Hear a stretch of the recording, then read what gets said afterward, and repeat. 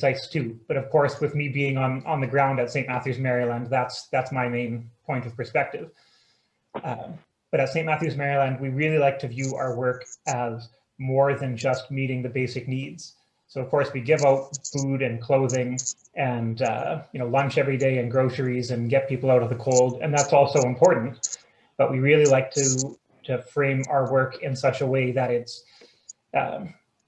can be transformative and not just stringing people along in perpetuating their poverty. COVID has made it extra challenging to do that. That wasn't an easy goal to strive for before, but it's 4 or 5 times as hard now. So one of the things that was just getting rolling for real before COVID hit was our Indigenous cultural program. And that's something One Just City had made an attempt on a couple of times. And it's a tricky thing. So we have set being involved in reconciliation action as one of the 4 pillars of our work. So we have 4 pillars, which sort of are our mission. And working towards reconciliation is the one that's closest to my heart. Having grown up in the church and being taught about residential schools and their legacy, and being aware that I am, as a United Church Christian person, historically complicit in that. I feel a need to respond to that. And also just being on the ground at St. Matthews, Maryland every day, where like 70% of the folk who come through the door are Indigenous. And hearing stories from them and about how residential schools have impacted them either personally or generationally has really impressed upon me the need to be involved in that kind of action. As I mentioned, I guess the way I look at it is I see we have like 70% of the folks coming through our door are Indigenous probably. And we can provide them with the basic needs, and that's great, but without a deeper understanding and an attempt to do some deeper work, if we don't address the roots of that trauma that has led to these people being on the streets or living in poverty or being addicted and having to come to our door for support, if we don't address that in a real way, then all we're doing is perpetuating a situation that we historically had a big hand in creating. So all that to say, in January of 2020, we finally seemed to find the right person after a few tries. A woman who we've hired named Laurie Abraham, who was just getting some programming off the ground before COVID started. She's still with us, and she has worked with us through COVID to attempt to do some cultural programming. When numbers have been lower, we've done things like beading and sewing clubs. We've done sharing circles. In the summer, in August, when the numbers were really quite low there for a couple of weeks, you might remember, wasn't that nice? We had a socially distanced powwow celebration outdoors, which was great fun. And we really wanted to sort of invite all the church partners out to that, because I think bringing the church folk to be a part of that is really important. But last year with COVID just wasn't the right time. So maybe this coming summer or next, we'll do that again and invite all the church groups out to join us. But we had a powwow demonstration where we got community members to show us their stuff and teach us about the powwow.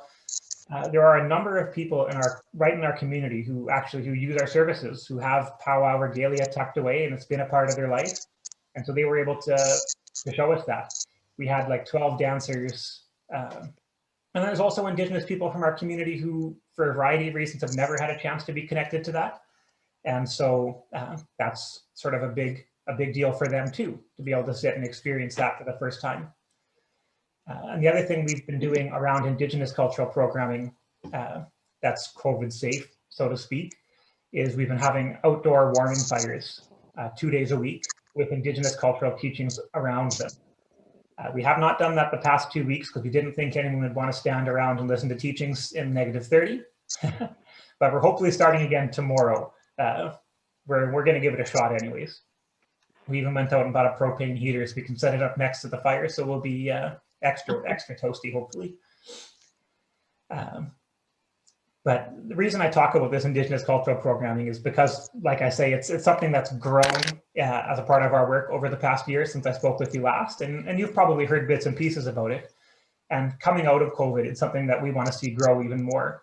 So we've had some success with this program over the past year, even throughout COVID. It's been tough, but we've made it work.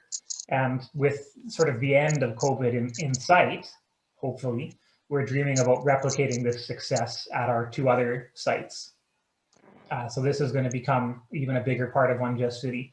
This person we've hired at St. Matthews, Maryland has done a great job. We're going to hire, hopefully, 2 other staff people. So we haven't, the way I like to put it is visible and meaningful Indigenous leadership at each site. So what that is to say, each community minister or settler Canadian leader, whatever you want to call us, will have an Indigenous counterpart at each site who is there to be a part of the team in a very real and large way, which I think is really important and really great. And we're ready to leap into that as soon as COVID allows. That's probably the most exciting stuff we've been doing over the past year. The other thing, of course, is passing out lunch bags and emergency food and just keeping people supported. So when COVID started, we instantly at St. Matthews, Maryland saw like double the number of people coming to our door every day. We met people who we had never met before who said, I lost my job due to COVID, or maybe I was right on the edge and now I'm afraid about what's going to happen next. And I've never had to use a food bank, but here I am. We heard that story a number of times. And that has continued. I mean, it's gone up and down, but we're certainly, 50 to 100% more people visiting us every day than we saw before COVID. All of this at a time when we can fit fewer people than ever in our drop-in space. Just by show of hands, have many folk been to our drop-in space here? Yeah, so I have. Okay. So it's quite small. Here. Hello. So it's quite small, and coming up to this extreme cold. So on a day like today, we would have had 60 or 70 people crammed into that tiny little drop-in space. We would have just been packed in there, and there would have been people hanging out in the hallways outside the drop-in, anything to keep them warm. And then with COVID, we've actually had to rent a larger space, which is about 4 times as big, and we can get 20 people in there, socially distanced. That's it. And to do that, we've had to buy, COVID shields and install hand sanitizer and all this stuff everywhere. And everyone wears masks, of course. And so all of a sudden, when it's freezing cold like this, and we have a lineup outside the door of twice as many people as ever, we can only get 20 people inside the building. On a really cold day like it's been the past couple of weeks, we will find nooks and crannies to pack extra people in the building. We of course do whatever we can, but it's tough and it's challenging. And like I said before, sometimes it feels like it has really sucked the soul out of our work this COVID, because we're so focused just on getting people out of the cold to find, like I say, a nook or a cranny even where they can sit on a chair and just not freeze. And we're running around doing this and have very little time to focus on building relationships or sitting with people and listening to their stories or helping them to get to some of the deeper things. Do you have anything for people to do when they are in there? Because they can't play cards or sit at tables together and talk. Do you have a radio or TV or something? Yeah, we've actually started showing movies because we found it was really eerie and strange in the drop-in. Normally it's raucous and madness and it's fun. There's great energy, but when we had everyone spaced out, everyone's 6 feet apart, sometimes they got a plastic shield between them. It's hard. You don't get that same energy. And so the drop-in was just totally quiet. And so it felt very strange. So we started playing movies because we just wanted some noise in there, right? And that has actually been a big hit. We might have to start doing movie days after the drop-in is done too. We never did it before just because when you've got a movie on a little drop-in space, it's hard to have a conversation beside that. But we'll have to do it occasionally after COVID's done too, because people are really enjoying that. So we've got a projector and we put it up on the screen on someone's Netflix account, and there we go. How have your hours expanded since COVID started? Yeah, so we have opened up on weekends at St. Matthews, Maryland for the first time, at least the first time since I've been there. which is about 5.5 years now. Just in the afternoons, like during the weekdays, or is it longer? It's still just in the afternoons. Now, people know in the community that if they show up in the morning and have no other place to go, like we'll let them in, right? There may be no drop-in programming for them. The coffee might not be ready yet, or the lunches might not be made or delivered, but they can at least come and sit inside. Like we don't turn people away at the door, especially the last couple of weeks, if they knock and say, hey, I'm freezing, right? One of the things I told this story to 100 people because I just think it's absolutely incredible and horrible. We actually had a young guy show up the other day, like early 20s, with no shoes. He was walking in sock feet. And he told us he was just coming down off of a night wandering the streets on crystal meth. He was honest about that. People have told us, I obviously have no firsthand experience with it, but people have said that if you're living on the street overnight, a cheap hit of crystal meth will keep you from feeling the cold for, all night. And so he was coming down, he had no idea what had happened to his shoes. And he said, you got to let me in, man, right? And so we did, of course, and thank God we had a pair of shoes there for him. But, it just blew me away, right? Because you think about how cold it is right now. Like I wouldn't make it 4 steps out my door without shoes. Are you taking winter clothes right now? We are, yes. And blankets? Yeah, we've been giving out lots of blankets. Someone brought some sleeping bags the other day too. They were used, but they have been cleaned, and those went quick. So we've expanded to the weekends. We allow folk in the morning, and just this week, actually, we're starting to let people in the morning by an appointment basis if they want to sit and chat with a staff person. So we're setting up a little space where we can do that safely, socially distanced, and it's an attempt to get back at some of that more transformational relationship building work. So if someone feels that they have a need that we can help them meet, they can book an appointment and come in and sit with us. Appointments are well and good for some folk in the community. For others, that will be more of a struggle, but it's something we're going to try anyways, because we're trying to find ways to bring some of that back into our work. How many paid staff do you have at St. Matthew's, and how many, do you still have some volunteer staff that are coming in too? So we at this time have 4 full-time staff at St. Matthew's and 1 half-time staff. So that's 5 people in total, which is outrageous. Last year when I would have come to speak to you, would have had myself, and we had just hired our cultural programmer, who at that time was half-time, but is now full-time. And we would have had our volunteer coordinator who worked 15 hours a week. So like me and a couple of half-time staff. And now we've got 4 full-time and 1 half-time. There's a couple of reasons for that.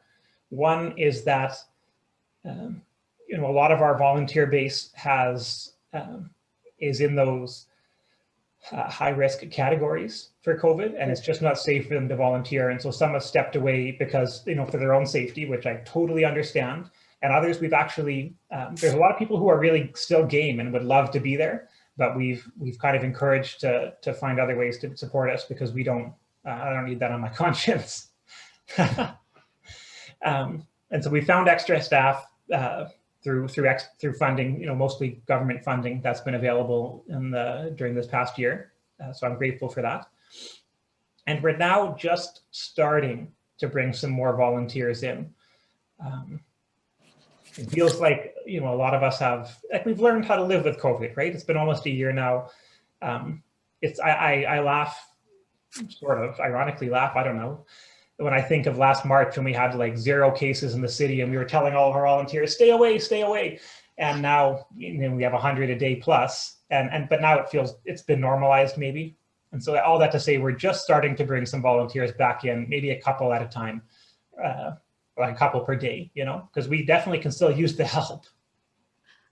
How did your Christmas store go? I had brought back, there was a few people at Harrow that either brought things down themselves or I had brought down things, but I never got to ask you how many people were able to use your Christmas store and how it went.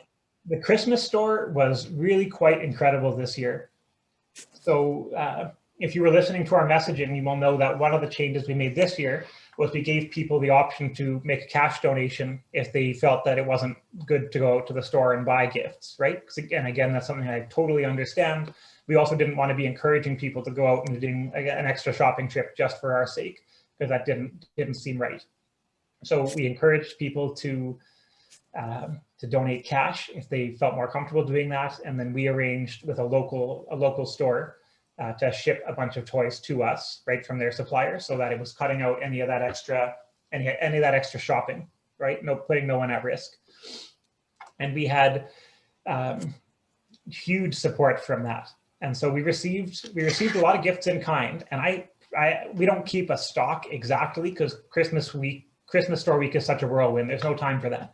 But by my memory, we received just as many toys as we did last year, in addition to thousands of dollars of cash donations. So folk who came to our Christmas store this year really went home with some great stuff. We also bought gift cards to give to the parents. For Walmart, Dollarama, this kind of stuff, places where they could go and buy some supplies for their home.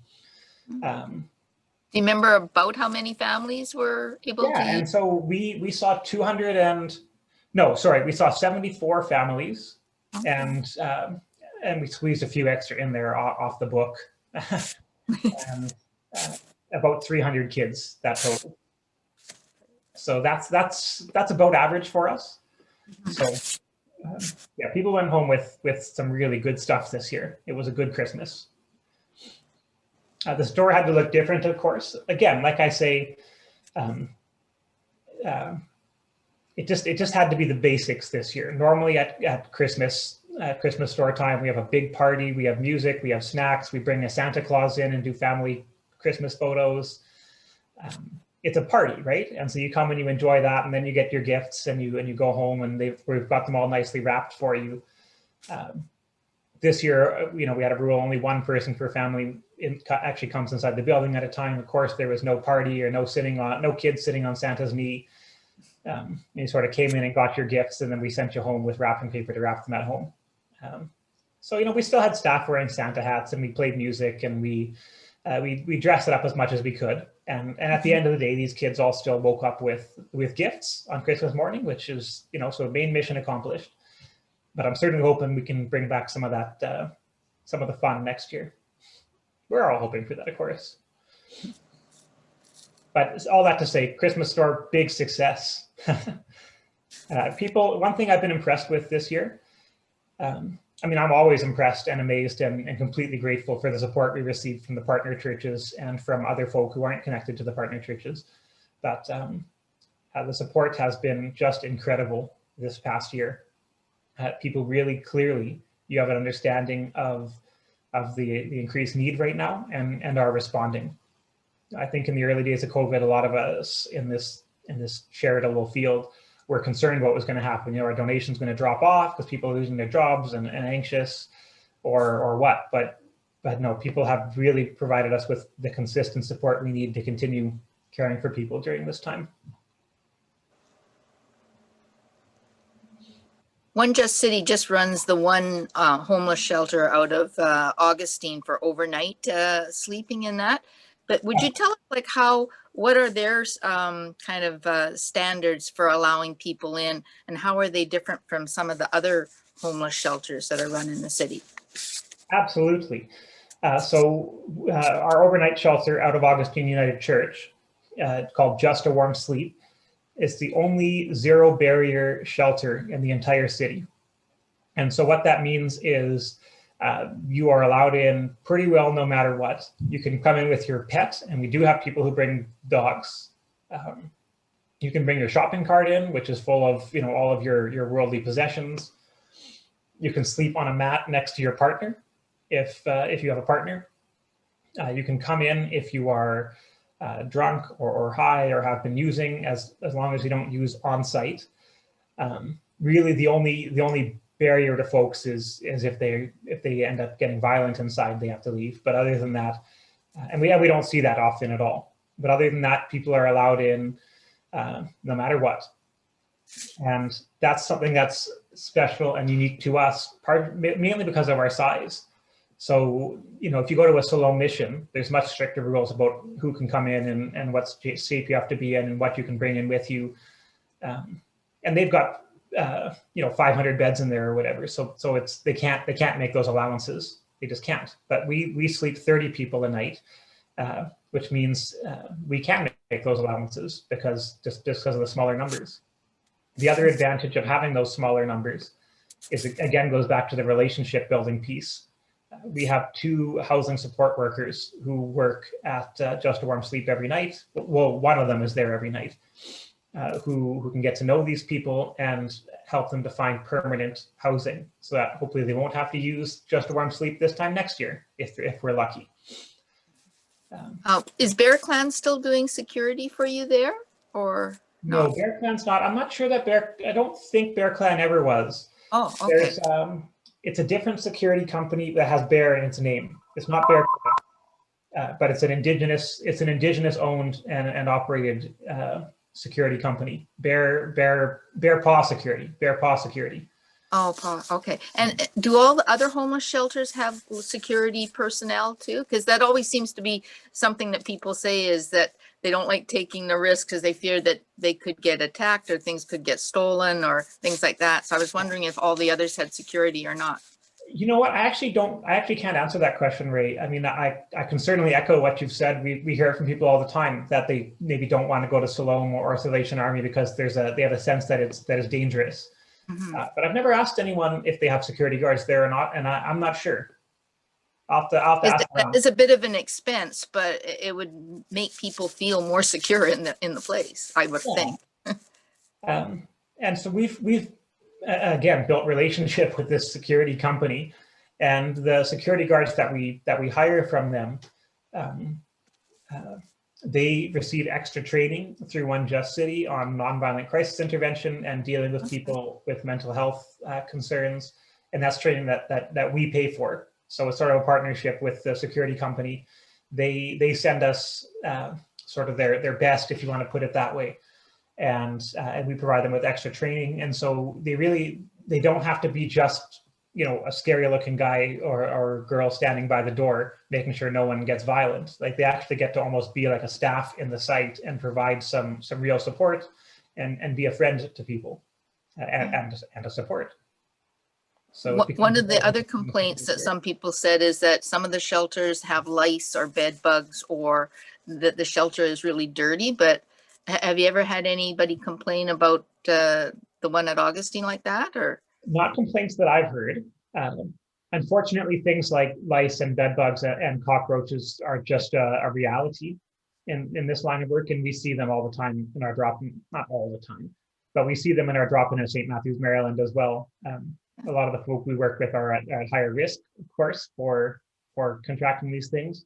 And when you've got that many people coming in the door every day, you do see those critics from time to time. And so I'm sure that happens at Jaws also. It's just a reality, but yeah. Are you full almost every night? Sorry, what's that? Are you full almost every night? Absolutely, yeah, absolutely. The average cost to run Just a Warm Sleep is about $250 a night, and that's the cost for the staff and the security. We get food donated, and in terms of volunteers, what we found at Just a Warm Sleep and One Just City is that when you are providing really meaningful volunteer opportunities like that, if you can find a way to share them outside of your church network, or in our case, outside of the partner church network, the volunteer response is there. One Just City has had great success in attracting younger volunteers and fresh blood through our social media, and we're seeing a lot of new faces. it is. Josh, do you know much about what's happening, since we're talking about the other sites, I guess both at Oak Table and at West Broadway? Are they able to do are they just doing handout meals like you are? Or? Yeah, I can speak a little bit about those sites at least. So West Broadway Community Ministry is not bringing folk inside at this time. And that's not, That's not fully their decision. They have a relationship with the landlord of that space, and there's other groups using that space, and so they have a more delicate balancing act than the other two sites do. But they are continuing to pass out lunches every day, and hot coffee and warm clothes and whatever they can get their hands on. So they're continuing to do that. Oak Table is open, but their rule is they're specific. The only folk who come inside are individuals experiencing homelessness. They see the homeless community in Osborne Village area. There's just more individuals experiencing homelessness in that part of the city than there are in the West End, and so they have had to draw that strict line.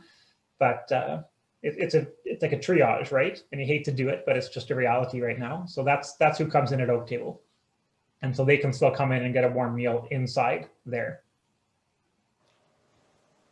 Does anybody have a shower or wash machines? West Broadway has washing machines.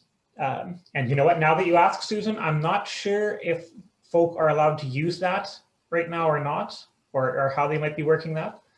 I can tell you at Oak Table is undergoing a major renovation right now, which you may or may not know. And some of the things that are coming out of that will be shower and wash facilities, like washer and dryer, I mean to say, and what they're calling a dignity washroom, which is going to be basically the idea with the dignity washroom is that it's right there at the entrance to the building. So you don't have to come in like at our other sites and walk through the whole space, maybe ask someone where the washroom is.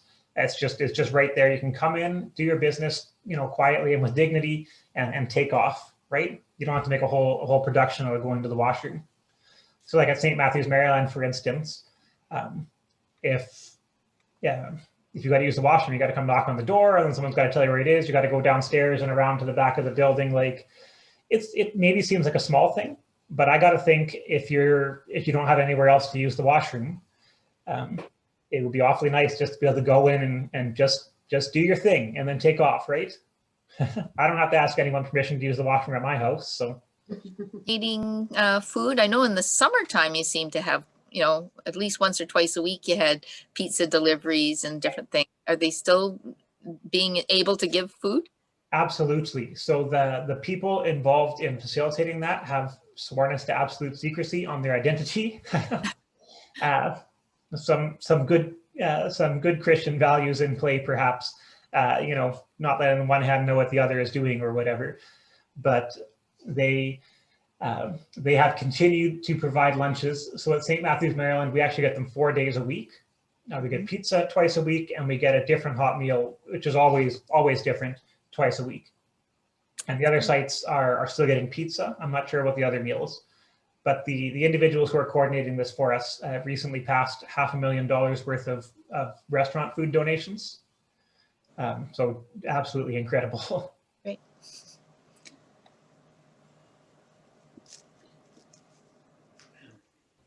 Anyone else with questions, comments? For one thing, I want to say, and I'm sure we all do, Josh, thank you for the work you do on our behalf, and to you and to all the others. If you could take our gratitude as well as Absolutely. Our other support, we're really grateful for the work that you do. And we couldn't do it without you folk, right? And that's not a throwaway, like that's completely sincere. Completely sincere. We couldn't be out here doing it without the support of the Harrow and the other partner churches and all the other good folk in Winnipeg who are making it possible.